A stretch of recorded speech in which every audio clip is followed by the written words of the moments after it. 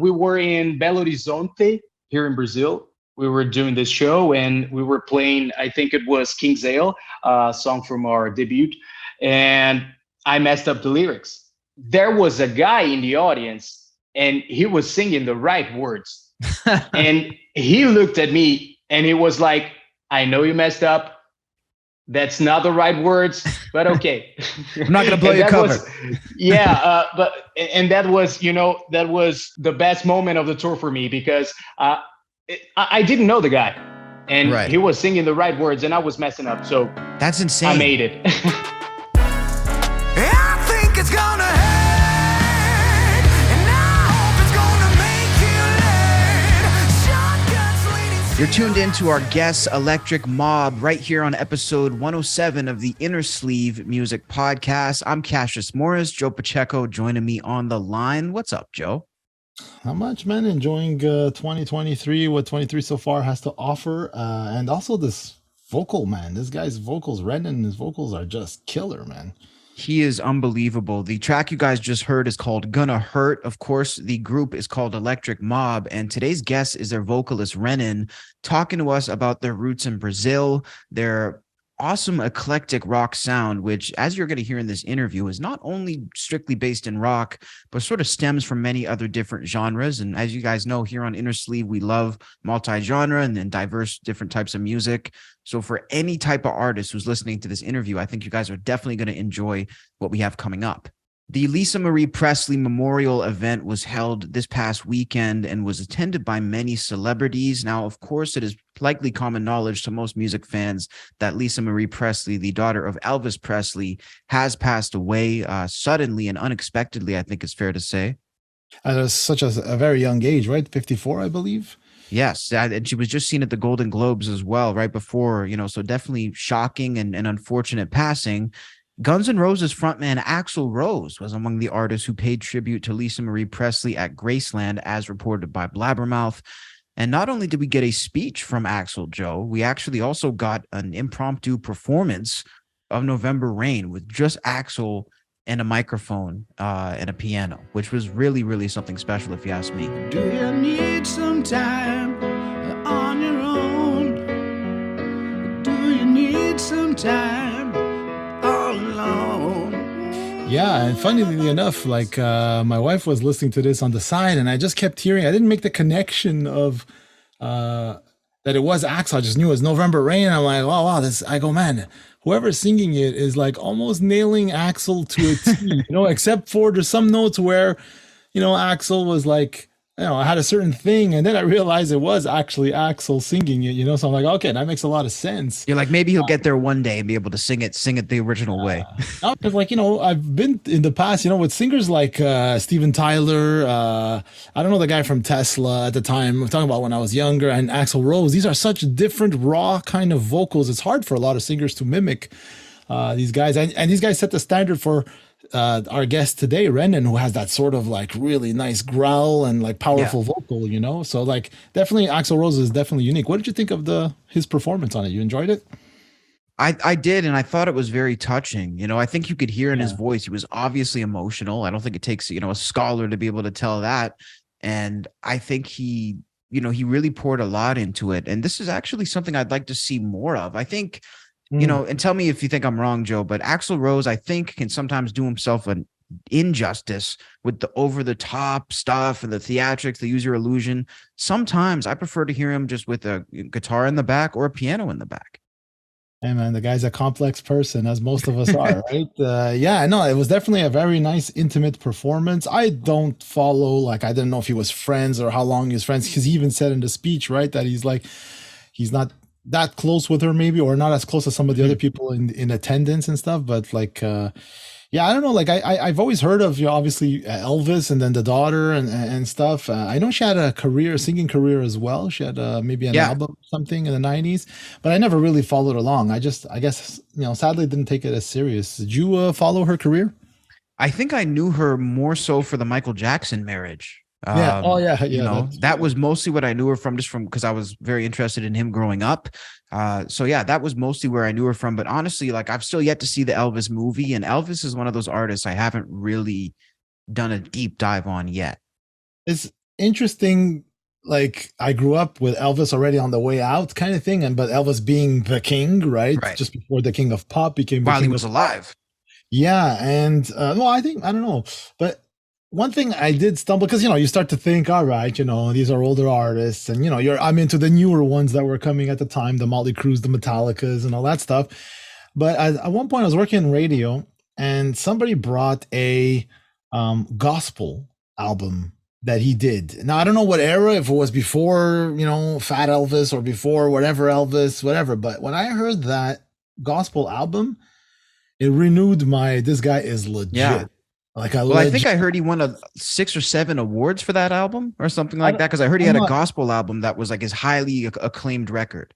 Maybe I'm talking about the same one. I'm not sure. Probably. But like I just remember being really touched because it was so raw and it sounded like it was in a church and legit, and I realized, wow, this guy can, he deserved to be where he was. Because I came from it as a kid who it's already bestowed on me that this guy's the king, and you have to respect this guy. Whereas in that moment, I kind of sort of rediscovered a younger Elvis, a rawer Elvis, and in a different context than, let's say, pop music, right? No, 100%. Well, you definitely have piqued my interest with that. I think it's definitely touching, though, that Axl arrived at this funeral and showed up with class. Also, I got to say, Joe, Axl, he's aging gracefully compared to a lot of these rock stars. He doesn't have the parody long hair, you know what I mean? That's down, to his waist. I mean, I think like there's a time and a place to do it and still keep your like rock star look. I think he's nailing it right now. I have to agree with you, man. Me too. I thought like he was, obviously well dressed, but like you said, aging well, aging or accepting his aging. Obviously he's not at the at like an arena or something, so the attire is different and stuff. But definitely. I was pleasantly surprised with his performance. And I love November Rain. I mean, it's just such a classic song. So phenomenal. Yeah, I think it definitely reminds us how great of a composer and writer, Axl Rose really is. And I think it's great to see him in this light. Make sure to let us know in the comments what you thought of Axl Rose, whether you caught his speech, performance, or both. We want to hear your feedback. Let us know down in the comments. People are outraged over ticket prices for Madonna's upcoming tour. Yes, as the headline reads from Blog TO, fans have taken to the internet to announce their displeasure with the ticket prices that Madonna has announced for her upcoming Celebration World Tour. We're going to take a look at some of the fan statements that have been posted across social media. One fan says, Toronto Madonna concert, everything is sold out, but there are over a quarter of the tickets already up for resale at much higher than face value. How is this allowed? Tickets went on sale 14 minutes ago. Yeah, look at that. 10:14, man. Like they want to sell at 10 a.m. I hate to laugh, but it's so unfortunate. Well, what are you gonna do, man? Like it's crazy because as soon as I saw my feed, Madonna announcement coming, Madonna, I'm like, all right, so they're $1,000. That's the first thought that came into my head. They're gonna be $1,000. And this is like, and if you go further here, Madonna's tickets for the second show in Toronto are actually bonkers, 300 plus for the nosebleeds. For the nosebleeds. Now that is insane. VIP packages are running for $3,000. And there's another tweet that come with a back rub from Madonna. I mean, geez, man. Yeah, look, only ticket I can buy is $600 in Toronto. One ticket, Here, that's a crime. 600 plus just to get in the door. 1,300 for floor tickets. Like, come on. That's. Like, I mean, I remember a time, Joe, where 1,300 would get you a meet and greet with the band. 1,300. That's still a lot, man. Think about it, man. That's still a lot, but for a ticket. Yeah. When I'm saying a meet and greet package, I mean a ticket to the show. They give you merchandise, free open bar, meet the band. That's what I mean. And now they're asking you for all that just for a ticket to the show. And look at this. Look at this. Sorry to cut you off there, man. Okay. But like the very best floor seats are reselling for $7,500. Like, okay, now we can't really blame Ticketmaster for this because this is reselling, but the thing is, it's reselling on their site, I believe, right? Well, that's the thing. And they've also managed to make a monopoly of the resale environment, which, look, if I was the owner of Ticketmaster, I don't think that's a bad idea, like putting myself in his shoes, because they were losing X amount of millions or billions, every couple of years from resales. But I mean, do you think it's unethical, Joe, to do it at the same level as the scalpers? Because, I mean, they're no better than the scalpers at this point. Yeah, I'd have to agree. I haven't given it enough thought. I just have, I'm just seeing red. I have hate all over the place. Yeah. As we've mentioned many times on this show that like these probably Metallica was the same thing. You had to buy 2 tickets. You couldn't just buy one at first. And then some people were writing $1,400. I'm also like, there's like Seal is also announcing a world tour, and I'm excited. Like I haven't, like I was saying last time, I'm not excited to see any of these shows, but then I see Seal and I'm a big fan. Like, That's an awesome artist. So I'm like, yeah, and I'm like hoping, please, please, please, even like just be in the maybe under 200 range, which maybe I'm dreaming and stuff, because even that is I find is pricey, but okay, like Seal, I've never seen That was unheard of 5 years ago, though. Still, to pay 200, like you were paying. I remember I paid $17 to go see Tool at an arena 5 years ago. 5 years ago, wow, then you were lucky, man, because that's what I mean, and it was on StubHub. Expensive, because I mean, like I make the joke, and here I was in the 8th grade. This is like 1989 or something, and I remember seeing Queensryche opening for Metallica, and I was paying $18 for that show, But hey, we're going back a long time, so I get it that it went up. But this is like, wow, on another level, $1,000 and up, man. $300 for nosebleeds, man. Do you want to take a guess now? Sorry, let me restart that.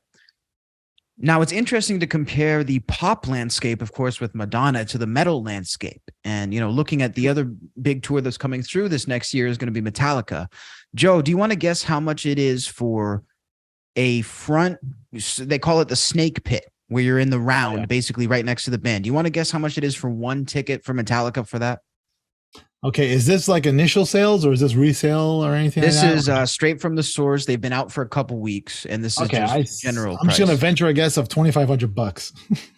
A snake pit ticket, one ticket for the Metallica show was $5,179. And like we were saying just before we were recording, we're talking about the difference between pop artists charging for these concerts like Madonna and compared to metal artists, which seem to be a lot more budget friendly, and they understand maybe the audience is not willing to pay $400 to go see them. But at this point, I would classify Metallica in the pop camp in terms of like that's true ticket sales. Not in terms of music, but in terms of ticket sales, because like they're up there, they're at the top of the world. Well, pop ultimately does mean popular, and I mean when you have your shirts at Forever 21 and you got people wearing them who don't even know your music, I mean I don't know if it gets more mainstream than that. Man, ditto. Basically exactly what you said. Like it's just crazy because like no one can really go to these things, and look, within 14 minutes this girl already was saying like they're all sold out and I have to pay resale. What was it? Resale was like $400 or something. Yeah, like, at least for a nosebleed. And I mean, let's be honest too. Madonna, I mean, great artist, not exactly at the height of her career, though. You know what I mean? I mean, do we really need to be? I'm thinking this is like part of obviously the nostalgia, the fact that she was definitely a trendsetter going on, and all these people like as we'll see, Lady Gaga and stuff. They've all built upon what Madonna and were able to. They're on the shoulders of her shoulders in terms of career. She was the archetype. Yeah, but like at the same time, it's also maybe your fear of missing out, right? Because we don't know, is she going to come back again? Anyways, it's a bunch of things, but all I know is like I will miss out for sure. That makes two of us. Speaking of Madonna, let's hop into our latest Versus segment posted on the Soundmojo community tab. Of course, if you haven't subscribed yet, make sure to hit that sub button down below with notifications on. We have daily polls, posts, and Q&As that we put up to get a gauge of what you guys are listening to. And today we asked Lady Gaga versus Madonna. Out of 111 votes, we have 60% for Lady Gaga and 40% for Madonna. That honestly makes sense. I would say Lady Gaga would probably have the edge due to being more current, but I would say that Madonna's fan base is probably equally as big. And we got to admit, without Madonna, I don't know if we have Lady Gaga.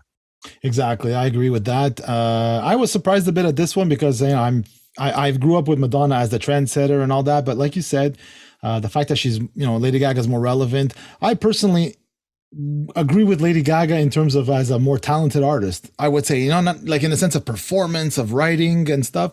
I think she has the chops.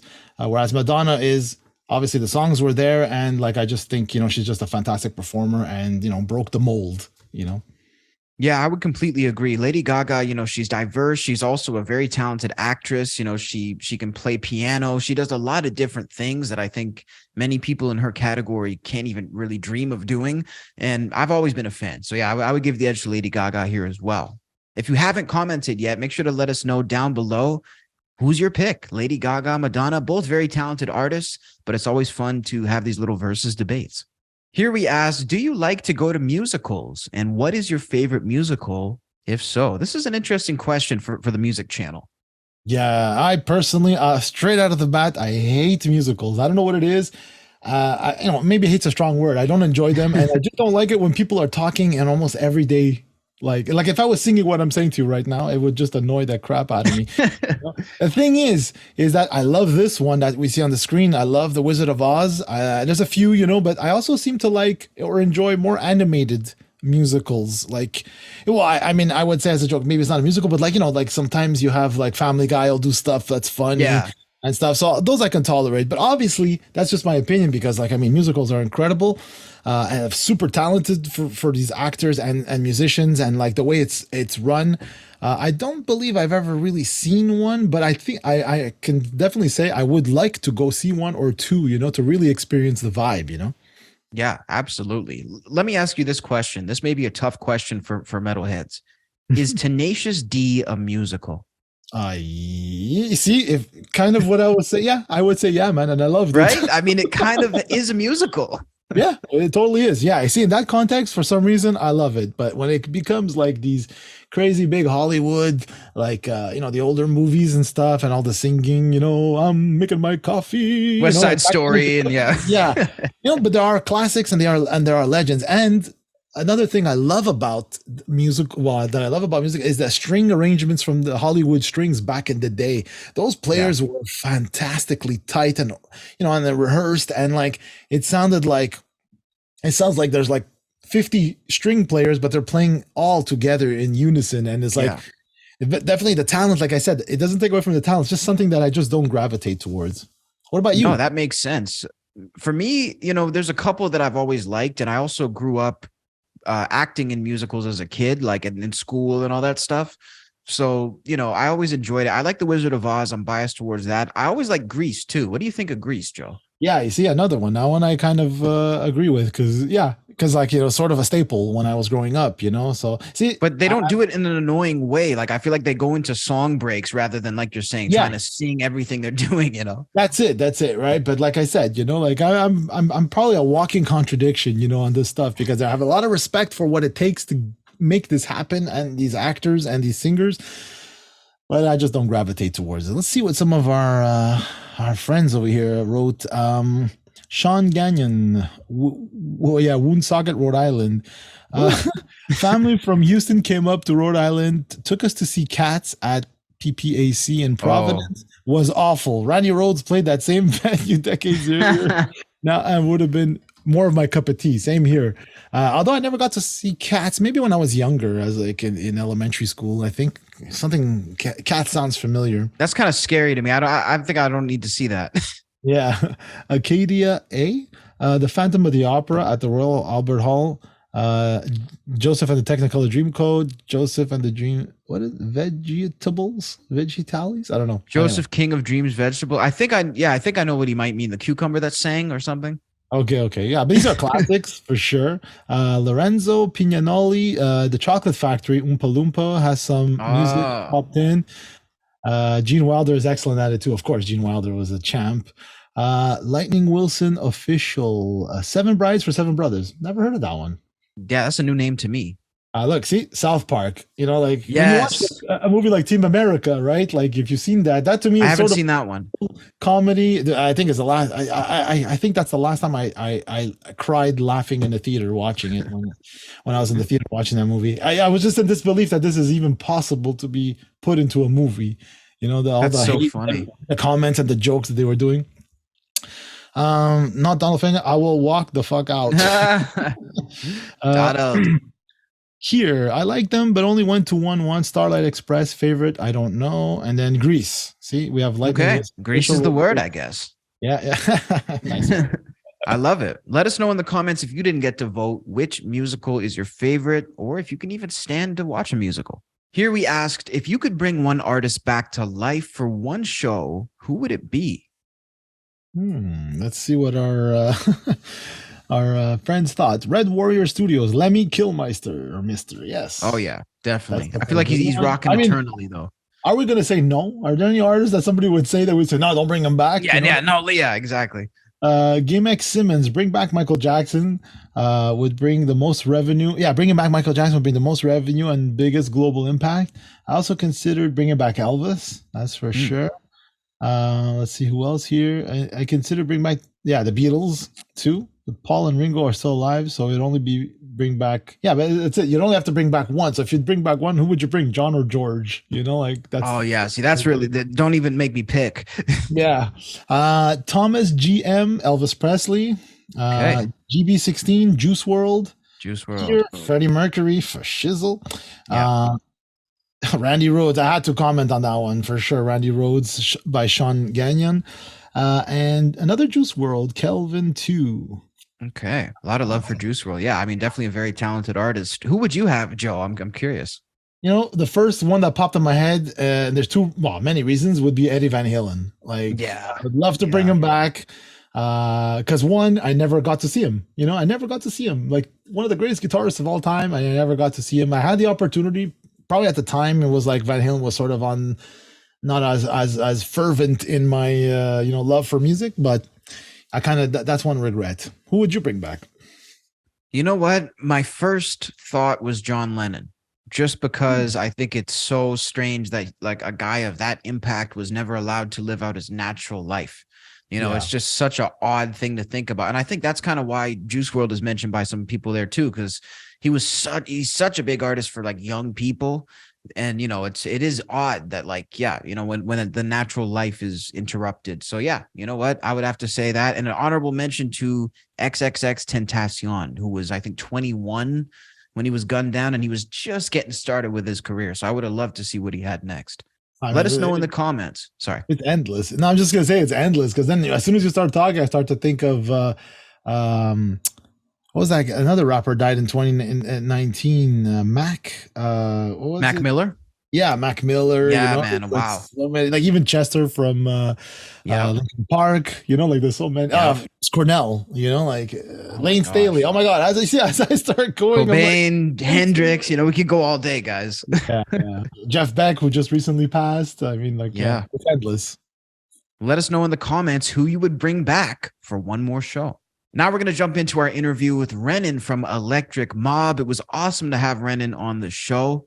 Lots of interesting talking points about music production. We get to learn a little bit about Brazil and much, much more. I would say, you know, like I mentioned off the top, an all-encompassing interview for really anyone from a singer-songwriter to a producer to a rapper. Yeah, I saw a lot of myself in his experience and in his his experience with music in the sense of growing up with Iron Maiden, growing up with Judas Priest and stuff. And like I found it really interesting or cute, as they say, like when he said I was born into a rock family because his father was already a bass player, rock bass player and stuff. So I found that so like very touching, you know, because like I see that myself as I grew up as a metalhead and rock. So like, I don't know, in the future, if my kid is in a band and doing well, he's going to say, oh, my dad was always blasting Metallica or whatever in the house, you know? So like, I don't know, I found that, you know, hit the sweet spot, you know? You pass it down through generations, right? So it's awesome to hear. Yeah, definitely a very experienced singer, definitely a band that you guys should check out if you have not yet. And we have all the links you guys need down below in the description. So right after you hit that subscribe button, make sure to go check out Electric Mob and subscribe to them as well. I think it's gonna hurt, and I hope it's gonna make you learn. Shotguns leading to after, get off me. Better you than me, I think it's gonna hurt. So Renan from Electric Mob, how's it going, man? All good, man. All good. Very anxious about the release. So yeah, it's a hell of a week. Yeah, 100%. So the brand new record dropping on January 27th, To Make You Cry and Dance. I love that title, by the way. Where did that title exactly come from? Was it just a slip of the tongue where someone just said it? Actually, it's a verse from a song in the album called Saddest Funk Ever. And I think it's self-explanatory because if you read the lyrics, it's very heavy, very deep, and very emotional. So it will make you cry. But if you concentrate on the groove, it will also make you dance. So to make you cry and dance. 100%. And I mean, there's a lot of emotion sort of, sprinkled even in just that saying.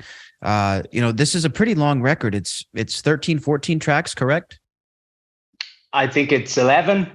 Okay, it's 11 11. with a bonus. Beautiful. So, I mean, how long exactly are we talking when we're making these 11 tracks in terms of production time? Like, how long did it really take you? It usually takes a year to write all the songs and to produce it. And I think we had 1 year from our debut Discharge to make you cry and dance in terms of time of production. Okay. And in terms of the production, one of the things I noticed is that, especially for all your tracks since your debut, you guys have a very vibrant production sound and a lot of like awesome, high end that really stands out. The songs sound very much alive.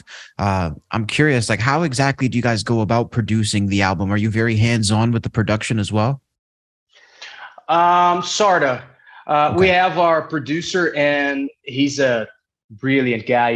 He's very into pop music, not much into rock, Okay. and that's why it sounds so cool, because we have that 70s 80s kind of vibe with the live production and a live band. We like to keep stuff in a live sense of a band, and our producer Amadeus, he's very into the modern pop songs where you have the electronic beats and all of that things that surrounds pop music, and not very much into rock. So we try to mix things up. I love that. And that was one of my questions too, was if you guys, so when you say keep it live, you mean you guys are all playing in a room together while you're taping it? Not that much. Okay, got it. Yeah, because it sounds like that. It retains that feeling. Yeah, we love that kind of sound, but we can't deny, nowadays things are easier. So you don't have to. You don't have to. Everyone in a room, and it's very hard to do it. And now we can do separately, and it still sounds like a band. Yeah, that's interesting. So, I mean, when it comes to musical influences for you guys as a group, are you personally, are you very much into the pop stuff yourself, or do you mostly listen to rock? A lot. I listen a lot to rock, of course. But I think from 2 years, I'm very much into pop music and rap and hip hop. I love NF, and I love Teddy Swims and Lizzo and Harry Styles and Demi Lovato, and I love this stuff. That's awesome. So, I mean, that must, or, I won't assume, does that help when it comes to creating your music as well? Do you draw from different influences? A lot, Yeah. every day. Because we have rock and roll music in our veins, and it's natural for us to do rock. But when you have those outside influences, it enriches the song. Yeah. It makes a very much more interesting than just a rock and roll song. No question. So obviously you guys hailing from Brazil, which part of Yep. Brazil where do you guys come from? South. Okay, very cool. And I've never been, but how could you describe maybe the music scene in South Brazil for somebody who would have no clue where to start? We have a lot of Brazilian stuff, strict Brazilian stuff. We're a big country, so we have a lot of different kind of music going on, but we import a lot as well. So we have the heavy metal scene. You guys know Sepultura and Angra and Of course. and those bands and Soulfly. But we have a lot of rap and a lot of traditional styles here in Brazil, and that makes a lot easier for us to do some crazy stuff, because we have a lot of crazy Brazilian stuff going on. And when we import something like rock and roll, it makes very interesting. Yeah, no question. I mean, would you say that the biggest artists out of, or the most recognizable artists from Brazil, are they the guys like Sepultura, or would they be people in Brazil that maybe we don't know in America and Canada that are really big there? Sepultura is, of course, a big band here in Brazil, but only for metal, and uh, we have bigger artists here that people don't know. But in Brazil, they're bigger than Sepultura, Okay, like right. Pablo Vittar and Gloria Groove, and a lot of samba stuff, a lot of rap stuff, uh, and we have some new international acts right now going on, like Anita, and Yes. that's awesome. That's incredible. So, I mean, how about you personally with your musical journey? At what age did you really start in Brazil to love music? Was it from, your earliest memories, or did it come later? As a baby, I guess, because my dad, he's a real metalhead, long hair, and he used to play bass in a band, and he Nice. loves Motorhead and Iron Maiden, and so I was born into rock and roll. And my mom also like softer stuff like Journey and Europe, and uh, but the classics always surrounded me, like Black Sabbath, and also Bon Jovi and Guns N' Hmm. Roses, all mixed up, because think we have things later here in Brazil than the rest of the world. So it all comes together. I discovered Judas Priest at the same time I discovered Nirvana. So it's There you it's go. kind of crazy. That is But interesting. yeah, but I started my musical journey as a kid. When I was 4 years old, I wanted to play guitar because I saw a Kiss concert, and I was like, "What the hell is that?" Was that the Of big, course, big Kiss concert? no, it was a VHS on TV. Okay. Okay. I thought it was the Brazil football stadium show they did. No. But since then, I really had that dream of being an artist and playing guitar. I'm also a big fan of Adrian Smith from Iron Maiden, Yeah. and I was in a band. I think maybe 13, 14 years old, in a high school band, and I played guitar in this band, and we didn't have a singer back then. Um, and then I started to sing till we found a proper singer. But then we found a way better guitarist than me, Oh, there you go. and And then you're like, hey, I can we sing. yeah, we asked him to join the band, and then I start singing, and I never stopped. I hear that a lot of guys end up sort of singing out of necessity, so to speak, and then they run with Totally. it. That's Nobody common, you would wants to say? sing, man. Nobody wants Yeah, to sing right from scratch. it's It's true. the toughest Everybody, job. it's true, right? Because it's a lot on your shoulders. So how did you sort of grow into that role? Did it feel natural once you started? No, I was pretty bad. Okay. At least you could But self-reflect. yeah, I was pretty bad, and I started singing, as a self-taught singer. I never took classes or anything like that. But I always loved the big singers, the rock giants like Yeah. Robert Plant and David Coverdale and Ian Gillan and all those guys, Bruce Dickinson. So I learned from them. I used to spin the 1987 from Whitesnake every day and try to sing with the tracks.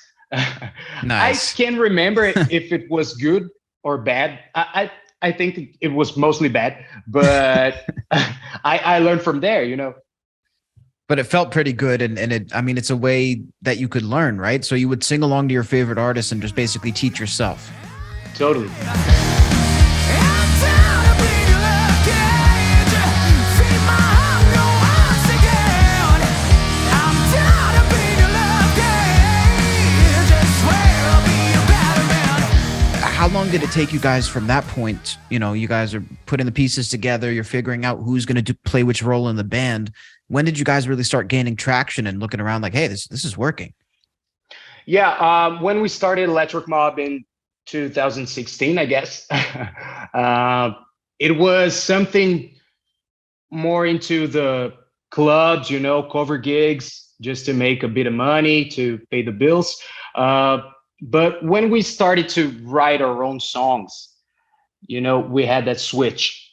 Mhm. We thought maybe it can work, and we the four of us we were professionals at music back then, and so it was like this is a new project, and we know how to do it. So let's write our own stuff and let's see where we can get. And things started to happen. I'm not saying it came, from the gods, Right. because we put a lot of hard work into that. But we released an independent EP in 2017 called Leave a Scar. And then in 2019, when we had our second EP right on to release it, we had this contact from Tears to get a record deal. And it was huge to us. And things started happening, but very natural. Yeah. So it didn't really feel like it was all at once. And you guys were, I would imagine, doing shows and just getting out there like that. Yeah, man. Step by step every day. Yeah, 100%. In terms of what you would do if you were starting today, because I mean, things have, even since 2016, have changed so much. I mean, what would you tell someone who's looking to start today? Let's say they were in the same place. Would you tell them to hit TikTok? Would you tell them to do a lot of concerts? Yeah, I got to tell you, man, we don't know how to do it. We don't know the right way. There's no recipe for that. Just follow your heart and put in the hard work, man. It's not easy to have a band and to be on the road and you have to be very strong mind, to do that. So Yeah. Enjoy yourself, put your heart into work and go from there. I'm curious, how did your family and friends react when you guys really first started taking off with the band? Were your family always supportive? Because your dad was a metalhead. Was he saying, hey, look, Yeah. I was a bassist, go with it just like I did? Yeah, my dad and my mom, my whole family, they were always like, do it. Yeah. You got to do it. It's your dream. Go for it. I don't know about the other guys, but we have a lot of love involved in Electric Mob, from our parents and from our girlfriends and we even have kids in the family right now. So Nice. You have to build a strong unit, to be there, to have a band, to live the dream. It's not like the 80s anymore where we have millions and millions of dollars and, broken hotel rooms and a lot of drugs and a lot of party. It's not like that anymore. Guys, don't believe it. No, that's all hype, right? And I mean, do you think a lot Yeah. of people believe that and sort of fall for that, for lack of a better term? Yeah, man. A lot of the young guys, they think it's all party and money and, getting the girls, but it's not like that, man. You got to work. You got to learn. You got to work harder than anyone else because it's your only job and your only way to do it. So Yeah. it's pretty tough. What was the biggest challenge you found so far throughout your musical journey? To keep your mind in the right place. I think that's the toughest job because you have a lot of distractions. When you're good at what you do, people will start seeing that and try to manipulate you and try to get you off tracks. And I think keep your mind into work. It's the toughest thing to do in this business.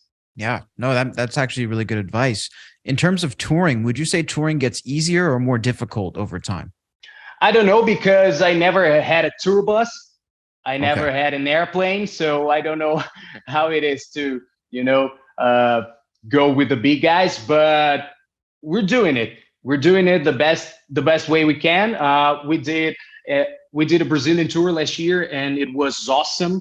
Full packed venues, and it was our first tour because of the pandemics, and everything. But it was really awesome to see people digging our stuff and singing the lyrics together, and it was, the best moment ever. Wow. I mean, were there a lot of people that you knew coming to these shows, or was it mostly just like the fan base? No, Yeah, no. And that's the awesome part. that's amazing. Yeah, I mean, that's Because awesome. one thing is when your girlfriend or your dad is singing the songs. But actually, there's a fun fact. We were in Belo Horizonte here in Brazil. We were doing this show and we were playing, I think it was King's Ale, a song from our debut.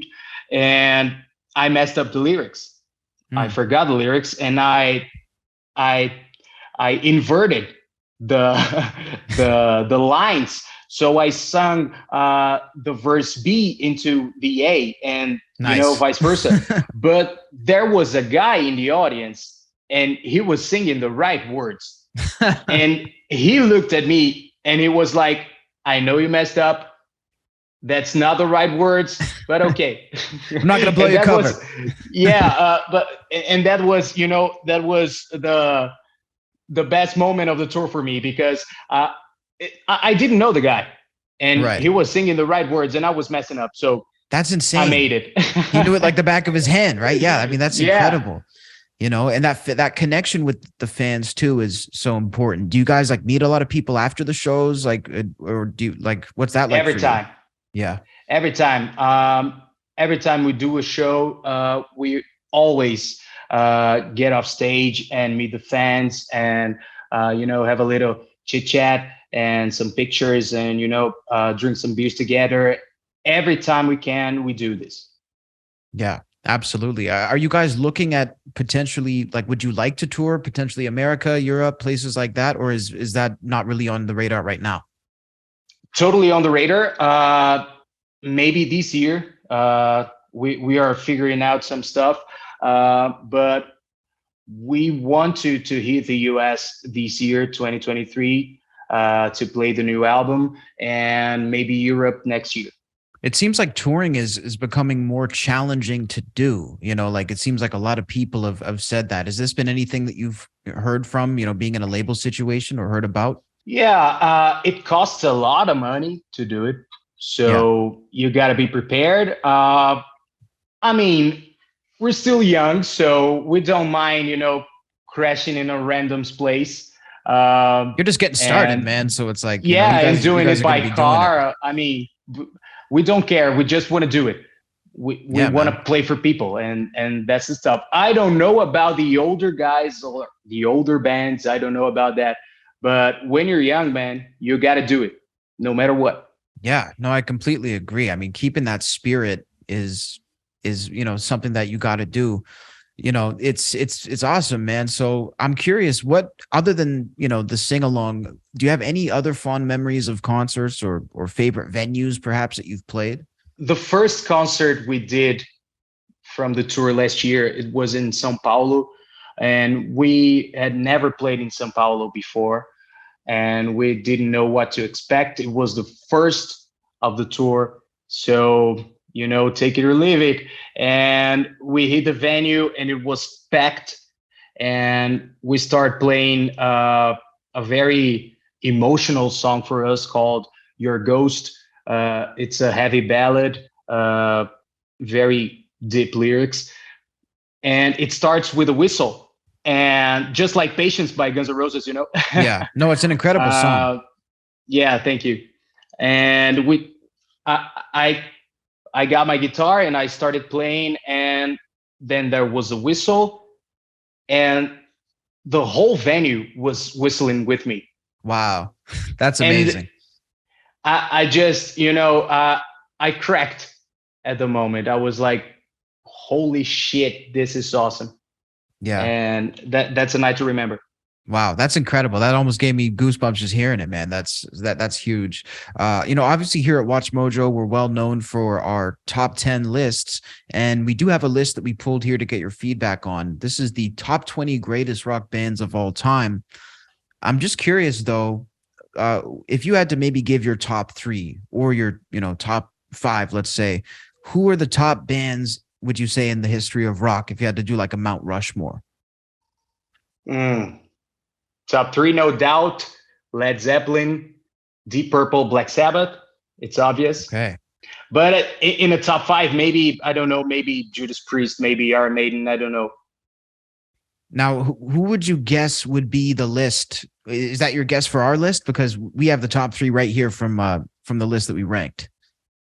I don't know, man. Maybe Metallica's in it, and I don't know, maybe Pantera.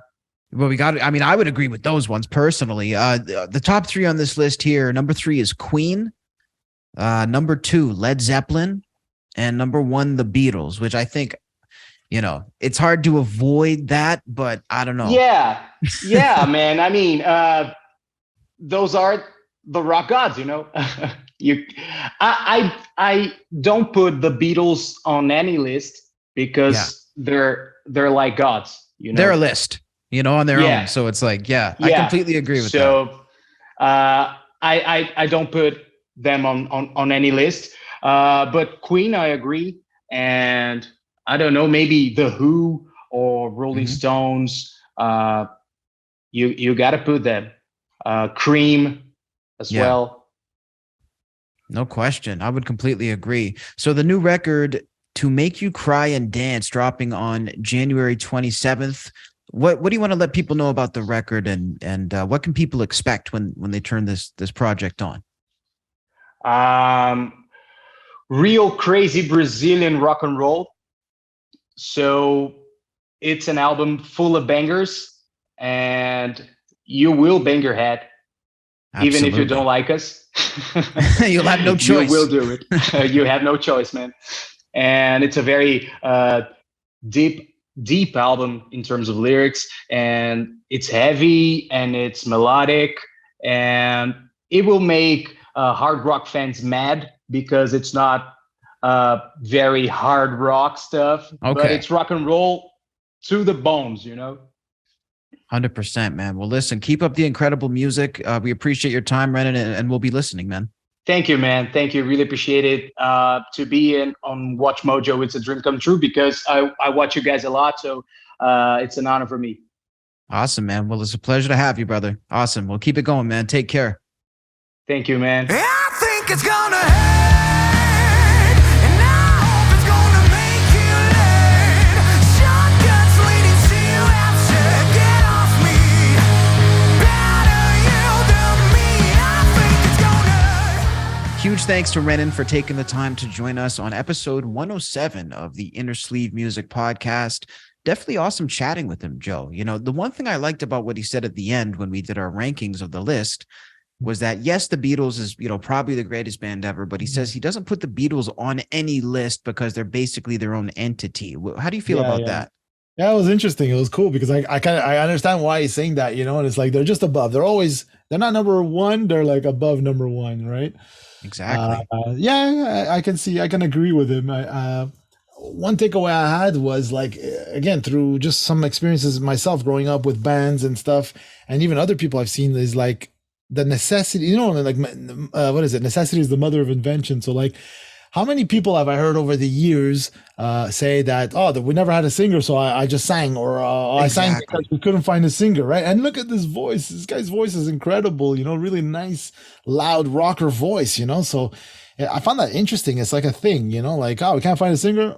I'm sure Hetfield couldn't find a singer, I'll sing, that kind of vibe, like, so I wonder how many out there are just like, I just sang because I think a lot, like it's I think it's very seldom you find a guy like a Prince who's just like I'm a star, like I want it all on me, like, I think it takes a certain personality type to kind of even think that way, and I think it's probably more common to be like, I don't know if I want to put this all on me, so I don't know, but I mean, you get a lot of those personalities like I'm talking about, though, in music, a lot of the, look at me types as well. Yeah. And here's another thing that I never dawned on me until he said it, where, because we always talk about a lot of genre blending now, but they go back 30 years, right? So it's so funny that he said, I discovered Judas Priest at the same time I discovered Nirvana. Right. Which is like, Brazil got things a little in different waves, So that's interesting because, like, when Nirvana, grunge, Alice in Chains, they came out, it was the bye-bye kind of sayonara to the hair metal bands here, like they were like not cool anymore. Because you had already had that, you know? Yeah, you know what I mean? So I never thought of that. Whereas in other countries, it's like, oh, the music showed up 5 years later. So when you get a Nirvana and let's say a Judas Priest, you just take it for what it is, right? It's just, that's cool, man. I just never dawned on me because, I'm in Canada. We're lucky enough to get things at the time, maybe a week after the States got it, I remember once for Dream Theater. This is how crazy I was for Dream Theater. The album came out, and it used to be that the albums would come out 2 weeks before they came out in Canada, a week to 2 weeks. So I couldn't wait. Wow. I just couldn't wait. I drove to Plattsburgh with my brother. I forced my brother to drive me to Plattsburgh, which is like 45-minute drive across the border.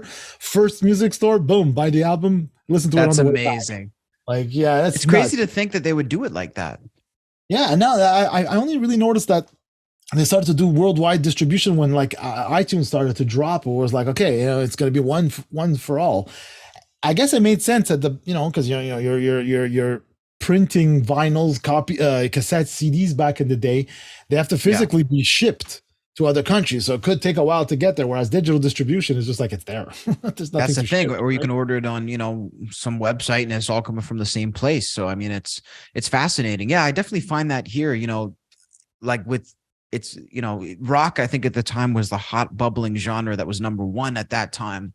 I think now hip hop is comparable, and it's funny. I find in Canada like we're very up to date, but sometimes it's like 6 months. Like the New York drill scene started, and then I found like it was 6 months, a year till Canada really got it. So yeah, that's very, very interesting perspective. We hope that you guys took a lot of takeaways from this as well.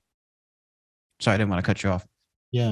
No, one last one I had was more of an anecdote. The funny one was like the work ethic, like whereas it's not party 80s bands, Motley Crue destroying hotel rooms. It's like, there's none of that. There's no like, I'm sure there is at the upper echelons, upper levels. But like when you're a band like that, especially in rock today, where it's like you got to grind, you have no choice but to grind. Or if you're lucky enough to be the opening act for Metallica or something like that, where you have a bit better of a situation and better exposure. But like if you're then maybe you can throw a TV out the window.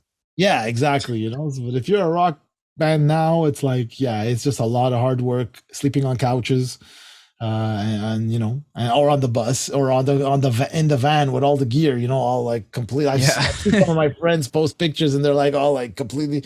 And like, wasn't there a documentary? No, not a documentary, or a series with Dave Grohl where it was about touring and living in the van, for bands and stuff. I didn't see that, but I think there was. Yeah, I saw something like that where it's like, man, it's like, it's not, people glamorize it, but if you're in it, you live in it, and that's all you want to do, well, there's nothing better, like. Yeah, well, you get to see a little bit of the world and play your music. And really, I think like if you're in it for anything other than that, you're not going to last, because that's kind of the extent of pretty much what you'll be doing, Yeah, because I mean, like, people are at this point, even myself included, like I still write music, I still produce music, and I still plan to release music, but it's just more because that's what I do. That's what I want to do. It's not because I'm expecting 100,000 streams or make money off of it. No, that's why I have a day job, because it was very, very, very hard, and I was fortunate enough that I worked in the industry. So I worked in radio, I'm working now on YouTube, I've worked in royalties. So I've always worked in the industry, but I wanted to be a rock star just like everyone else when I was 18, but like started to learn production when I started to see, it's very hard. So it's like, for lots of different avenues too. Yeah. Well, that's what I love about music, right? There's so many that you could be an instrument maker, you could be a programmer, you could be so many, a manager, a tour. Yeah. You don't even have to play music, Yeah. Yeah. There's so many levels, marketing. There's so many levels of music that you could still be in the industry, but not necessarily be on stage, Let us know in the comments what your takeaway was from this podcast, and definitely huge shout out to Electric Mob for taking the time to stop by the show. Hopefully you guys enjoyed it, and make sure to hit that like and subscribe button down below. Of course, turn those notifications on. We're back every single week with a brand new show. Also, make sure to stay tuned to our Soundmojo community tab to see all the polls we put up every single day, Q&As, photos, verses. This is the spot that you're going to get your voice heard when it comes to music. So definitely make sure to come and check us out.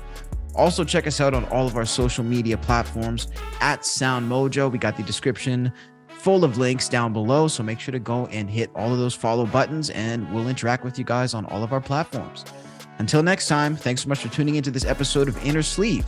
Catch you next week.